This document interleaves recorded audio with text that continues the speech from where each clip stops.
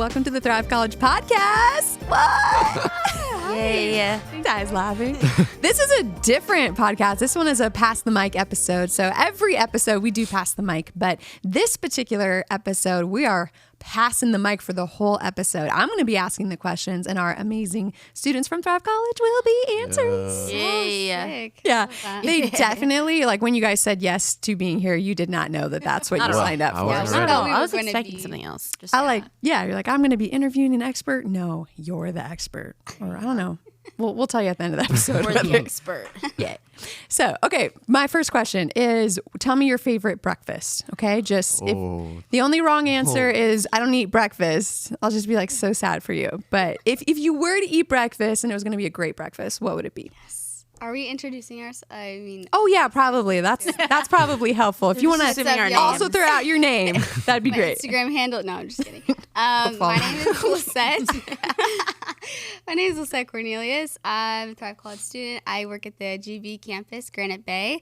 And my favorite breakfast is probably, I have a favorite sweet and I have a favorite savory. Okay. So my favorite savory is like nice scrambled eggs with some spinach and some other veggies in there. So healthy. Yeah. She's a healthy girl. Yeah. And then Tell some me potatoes. like a cinnamon roll. But You said that interesting. Potatoes. Did anyone ask? Potatoes. Oh yeah, so good. And then for sweet, gotta be like French toast. Okay. French You toast. redeemed yourself. Yeah.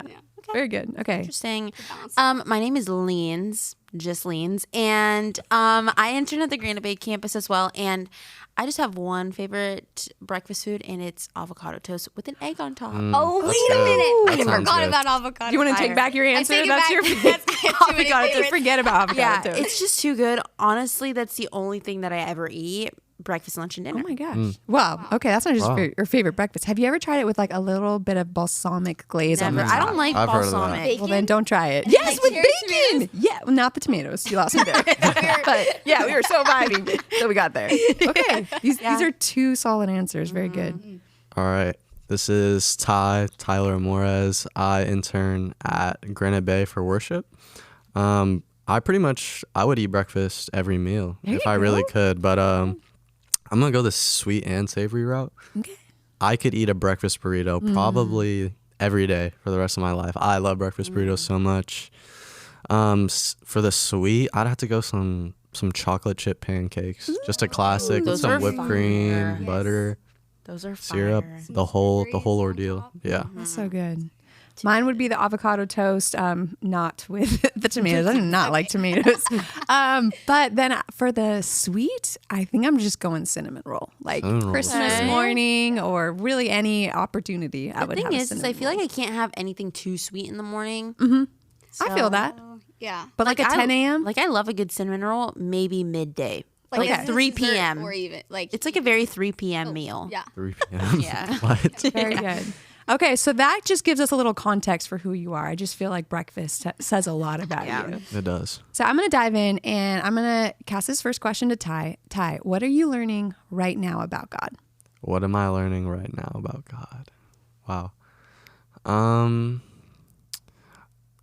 There's this passage that's kind of been on my heart for, I'd say, this whole second semester of Thrive, the past few months. It's about the story. It's in all the Gospels. It's about this slave woman, but later in one of the Gospels, they say it's Mary Magdalene, and Jesus is there, and there's this alabaster jar, and this girl breaks it to go wash Jesus' feet. And all the disciples are like, what are you doing? You could have like sold that. You could have like sold that, made the money, and like go like bought food for all these people or done all these different things. And Jesus is like let her like be known for the rest of like life for everything that, like, how do I say it? It's like for everything that I do, let her be known for it. Yeah. And just like the way that she like loved Jesus before anything. And I just think like that applies to my life in a sense of like ultimately that comes first before anything. How am I breaking my alabaster jar every day? You know what I mean? Wow. What does that look like for me? And so it always comes to like, it's me and him before anything else. You know, it's me and him before I lead worship. It's me and him before I go like serve like the community, etc. It's like, how am I like losing it all for him? You know what I mean? Yeah. And so I don't know. That's really, and it's really easier said than done, because like we have so many things that we value so much, so many things that we care for, but it's like, are we willing to like even give up the most valuable things in our life to love him first? You know? And so yeah, that's kind of like the journey I've been on, and something that I've been really sitting with for quite some time now. So That's so good. yeah. If I can be so bold as to take it one level deeper, maybe we can just cast it to everyone. What are some of those things in your life that you're like, I know that Jesus is worth more than this, but this is hard to sacrifice for the sake of Jesus? What are some of those things that you find hard to sacrifice for Jesus? Yeah. Sometimes I feel like for me, it's more so like financially of like I have a job and everything, but like there will be a good amount of times where I like look at like, I guess my bank or just like myself, I don't know. Yeah. And I'm just like, okay, it's like what I'm spending my money on, like glorifying God ultimately. Yeah. But it's like so hard to like let that go of like, no, I should be tithing rather than like going and buying this. Right. So I'd say like that's a big thing for me to like, in a way, just like kind of fully give to God. Because I feel like I'm always like praying like, Lord, be in my finances, but what am I actually doing to like do that? So yeah, I'd say that. I honestly feel too like college is the time where I think it's the time of life where you tend to feel the most financially pressed, right? Like for the most part, growing up as a kid and even a teenager, you probably were able to like have your financial needs met. But then college, you start to get some of those seeds of independence. And even if your parents are helping you out with the cost, they're kind of like, hey, college costs a lot, like, right? Like providing for you costs a lot. They're not just always downloading into your bank account. So you feel that financial stress, I think, so harshly during college. But that's powerful to like feel that crucible right now and know that's what you're feeling, because it doesn't go away, but it is like super intense in this season of life. Yeah. That's really good. Cool. I would say for me, one thing that I have really noticed lately is how precious time is, and time, and also like my future. I mean, just my plans. I've always struggled with, being controlling, and I love like planning things out. I love to be prepared. Like, okay, what's coming up next? And things have just been changing so much and so fast that I feel like I'm like freaking out, like, okay, what's happening? And God is constantly reminding of like, oh, you're not living your own plans, you're living in my plan. And like, as long as you are walking in my ways and with me, then, you're on the right path. And so I think I have to constantly kind of surrender my time and devote that to him. Say, okay, like whatever you're going to do with this, let it glorify and honor you.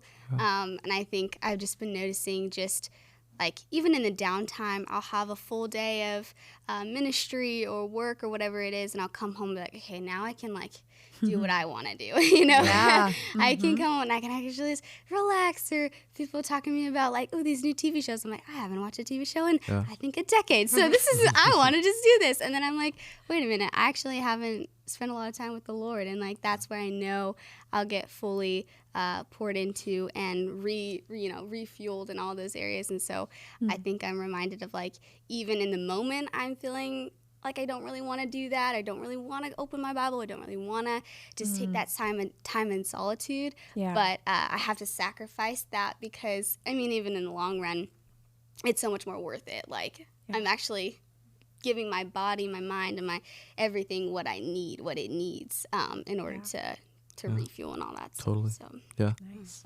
Yeah, I love that. For me, I think the beautiful thing is like I've been sitting with that is like kind of my whole life has become like my whole life is an alabaster jar. It's like every little thing I do is like, okay, am I gonna do it my way, or am I gonna live it not only surrendered but devoted to him? Wow. You know what I mean? So yeah, I think it applies to my life as a whole, like to the future, to what I'm doing now, to who I spend my time with, and everything as a whole. I think we forget that there's such a weight to literally everything we do. You know what I mean? There's a weight to the words we say. There's a weight to the actions we do. There's a weight to what we put our mind and our heart on. You know what I mean? There's a weight to every little thing, and it's like, how, like, what are you doing with it? You know what I mean? Yeah. And it's a battle. You know, it's not hard. You know, I could say like firsthand, like, I struggle with it every day. It's like, is it me or is it God? You know what I mean? So yeah, it's definitely not easy, but again, it's like,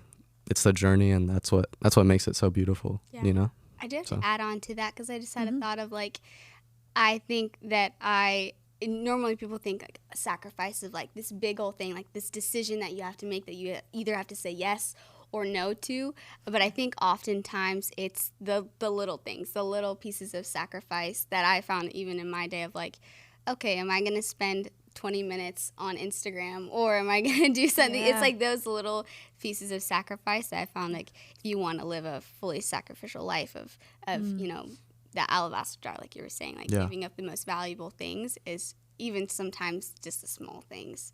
But yeah. So good. Okay, next question for Lisette. First question was, you know, Ty, what are you learning about God right now? Lisette, what are you learning about people right now? Wow, that's a really good question.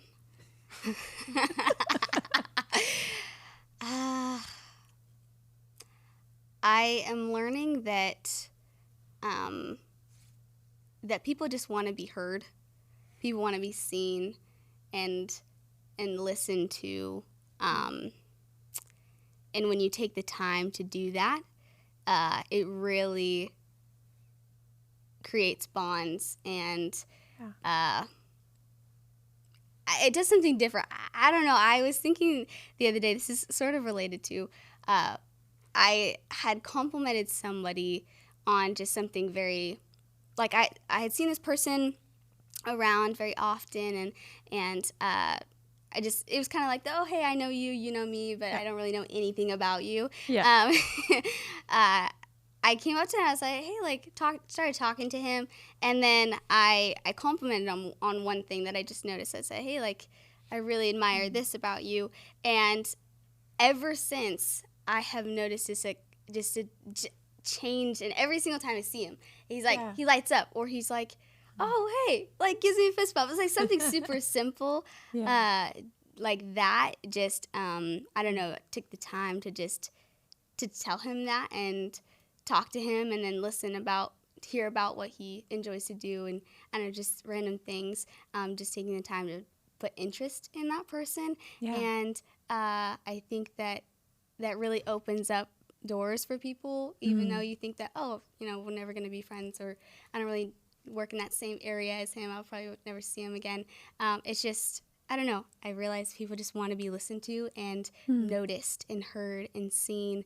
And I just am like reminded that, I don't know, Jesus hears us, sees us, and admires us so much. So it's so important to take note of that with other people. And even if you're like, oh, I don't know, that person, it's not someone I would talk to, or, you know, you just never know. You never know. So we're buddies now, so it's pretty cool. What I love about that is I feel like so many people grappling with loneliness, and I have found this theme that when you press into Jesus in your loneliness, or just even going through this season of like, maybe it's not loneliness, maybe you just feel totally overlooked. Like someone else is always chosen. Someone else is always like put in the spotlight, whether it's loneliness or feeling overlooked. Kind of the thing that God sows in the hearts of his people is, well, why don't you be the person that sees? Why don't you be the person that pursues? Why don't you be the person that spotlights? And there's something in our flesh, I think, that's like, I think you heard my request wrong, God. I was saying I don't feel seen. I was saying I feel lonely. And then God's like, yes. And the way that I'm going to solve that is like, you're going to be the person seen, which ends up, as you were saying, like what you sow, you reap, God says. So when you sow seeing people, you end up being seen. When you sow being a friend, you end up receiving friends. And so it's just kind of that. We think it's going to be one way, but then he answers our prayers through a total different way. So I love that. That is so true. So good. Yeah. Leens, you get our last question. I'm ready. Are you so ready? You're like, all right, we've covered God. I'm ready. We've covered people. And I'm like what else is there? What am What I is the learning meaning? about animals? No, what are you learning about yourself? Ooh, this one's interesting. Okay, I think something that I feel like I've just been, in a way, struggling with a lot recently is learning how to, I mean, kind of what Lisette was saying of like fuel myself. Yeah. Like, what am I doing to fuel myself? And I used to be like so scared of just like being alone. Like, solitude was just like awful to me. It sounded awful to me. And so I think what I've been realizing recently is like about myself is just like how, I guess in a way, like I can be in like just silence and I can be like with the Lord. And yeah, just like, I guess that in a way of just like being so scared of being by myself. And I don't know, I always used to think like I can only feel God if I'm like worshiping or something. Yeah. Like I can only feel God if I'm like around people and stuff like that. But like what I've realized, especially recently, is like how just like fueling it, that just being alone is, and as well as like how powerful it can be too. Yeah. Of just like how powerful like reading your Bible in the morning can be and stuff like that. Yeah. So I'd say good. that. Wow. Where do you find those alone moments? Like, whereas maybe before you had run from that solitude, now you're like, I'm just gonna like crack the door and be okay being alone. Honestly, I'd say probably at night is the biggest thing of like, like I'm laying down and I'm like, I cannot sleep right now. And a part of me is like, I want to go on social media right now. Yes. But then I kind of like in a way feel convicted of like, I feel like God's telling me, no, like you need to talk to me. Like I haven't talked to you all day. Yeah. Like stuff like that. And I think especially recently, it just feels like I've been running away from God. And I think like when I'm alone, like in my bed at night when I can't sleep, like that's when I feel most connected to God. That's when I feel just like the most at peace is like when I'm like laying down and I'm just like, okay, God, let me tell you about my day. Just like acting as like if like he's like physically presently there. Yeah. Is just like the biggest thing. So yeah. That is so good. Yeah. I feel like God's doing the same thing with me. Like probably about 4 months ago, I used to have this rhythm of falling asleep to TV. And yeah, you too. Yes. Yeah. I did. And it was really fun. Like I fell asleep listening to Friends every night. Ooh, that's nice. I fell asleep laughing every night. So there's this like super fun element to it. But I also felt like I woke with a lot of anxious thoughts. And so it's kind of like, I think I had left the day unprocessed, and I had not been okay being alone with my thoughts and processing them with God. And so, yeah, it was a hard 4 months breaking that rhythm. But now it's like one of my sweetest times of the day. It's just like, I know I'm going to be in bed in 30 minutes and I'm going to be talking to God, and and I'm going to be asleep like a minute later. So it's funny how I fall asleep quicker when I'm in that rhythm. I forgot who said it. Someone maybe spoke at something that we were at, but they were saying how like falling asleep to just like talking to God is just like the best thing ever. I'm glad it was so memorable It's just like, to you. oh, it was on our you. solitude and silence tea time. That's hilarious. You're like, Yeah. someone's so wise. Yes, that's what it was. And I feel like I haven't got like that hasn't left my brain at all. Yeah. Of just like I wake up the next morning like just feeling, I guess, just like lucky and like thankful that I have a God that I can literally just like fall asleep talking to. So good. Stuff like that. You're safe in his presence. Easily. So good. Yeah. Love it. All right, guys, we're going to wrap up this episode with this thought. So obviously Ty got one question, Lisette got another question, Lean's got another question, but I feel like these are just powerful questions to be regularly asking yourself and processing with people that you love is, what am I learning about God? What am I learning about people? Obviously those are born from the 2 great commandments. That wasn't some wise Dina, like, what should we ask? You know, love God, love others. That's what he's called us to do. But then also, as you love yourself, you know? So I just encourage you to spend some time this week really processing all 3 of those questions and meditating on them and then sharing them. Because I think sometimes when we get with people, we don't exactly know what to talk about. Well, how powerful to talk about the most important things, loving God, loving others as we love ourselves. So Yeah. any final thoughts from you guys? Tune in. That's all I got to say. Sign up for Thrive. Subscribe. Oh, nice. Sign up for Thrive. Follow Thrive Join us College next on year. Instagram. There you go. Ty's on there all the time. I was just watching your Minute Monday. Oh. Yeah, it was really Yeah. good. Like, what? comment, forgot about that. It's like repost, Period. all of it. All of it. Yeah. Follow Ty's advice. Like, repost, Yeah. share. Get the word out Yeah. to people that Everything. Run it up. Give So your fun. alabaster jar to Jesus. need it. Ooh, Mm. that's probably the best place that we could leave. Yeah. Yeah. Give your alabaster jar to Jesus. Yeah. Thank you for joining us today on the Thrive College podcast. We hope that today's episode has empowered you to navigate the challenges and the opportunities of your future and your faith. If you really enjoyed our conversation today and appreciated what we had to offer, we would love for you to write a 5-star written review and share it with your friends. Thanks for joining us. We'll see you next week.